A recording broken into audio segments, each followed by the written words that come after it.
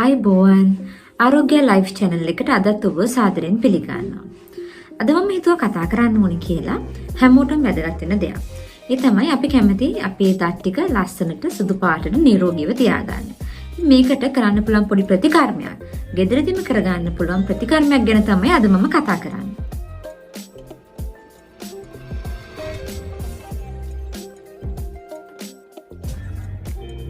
මේ ප්‍රතිකර්මයේදී අපිට ගෙදරදීම හොයාගන්න පුළුවන් අමුද්‍රව්‍ය තමයි පාවිච්චි කරන්නේ.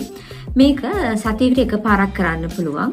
සතියට එකපාරක් මාසයක් විතර කරනකොට ඔයගලන්ට තේරෙනවා ඔයගලගේ දත්වල තියෙන අපි දන්නවා මැලියම්, ඒ කියන්නේ ටාටර්, ප්ලැක්ස් ඒ වගේ දේවල් අයින් වෙලා ඔයගොල්ලෝ දන්නවා ඒ ඇතුළේ බැක්ටීරියාත් ජීවත් වෙනවා. කාලයක් අපි ඒක ට්‍රීට් කරන්න නැතුව තිබුණාම තමයි ඔය දත් දිරා යාමට උනත් පටන් ගන්නෙ. ඉතින් ලේසියෙන්ම මේක අයින් කරගන්න පුළුවන්.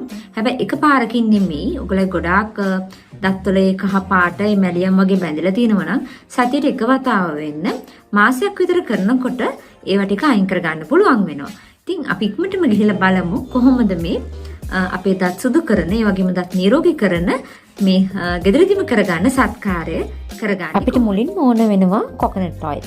මේ සඳහා මම අරන් තියෙනවා cold press coconut oil. cold press coconut oil කියන්නේ process කිරීමකට ලක් කරන්නේ නැතුව, රත් කරන්නේ නැතුව හදාගන්න කොකනට් ඔයිල්. ඒ වගේම මම අරගෙන තියෙනවා කහ. ඒ වගේම ලුණු. අපිට වැදගත්ම වෙන අමුද්‍රව්‍ය තමයි බේකින් සෝඩා. ඉතින් මේ බේකින් සෝඩා තමයි අපේ දත්වල තියෙන මැලියම් ඉවත් කරලා දත් සුදු පැහැ ගන්නවන්නේ. මුලින්ම භාජනයක් අරගෙන බේකින් සෝඩා තේ හැඳි එකක් දාගන්නවා. එකටම කහ තේ හැඳි භාගයක් දාගන්නවා.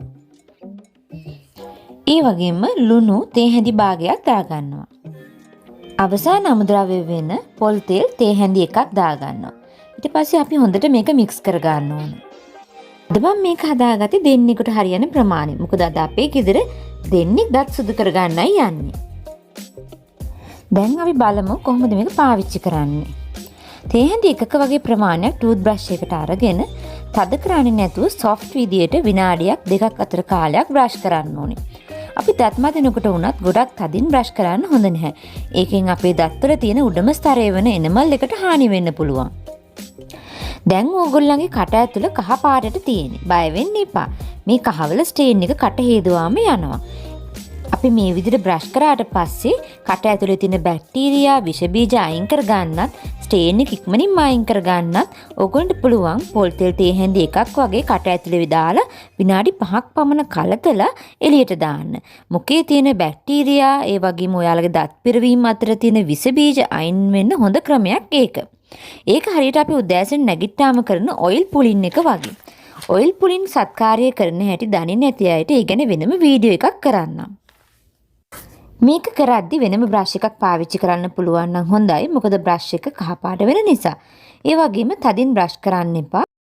ඔයගොල්ලගේ දත් ගොඩාක් කහපාට වෙලා අපිරිසිදු වෙලා නම් තියෙන්නේ සතියට දෙපාරක්වත් සති දෙකක් කරලා බලන්න. නිරෝගී සුදු දත් දෙපළක් ඔබට ලැබේවි. සති දෙකකින් පස්සේ සතියට එක වතාවක් කරාම ඇති. මේ සත්කාරය දත් සුදු කරගන්න විතරක් නෙමෙයි.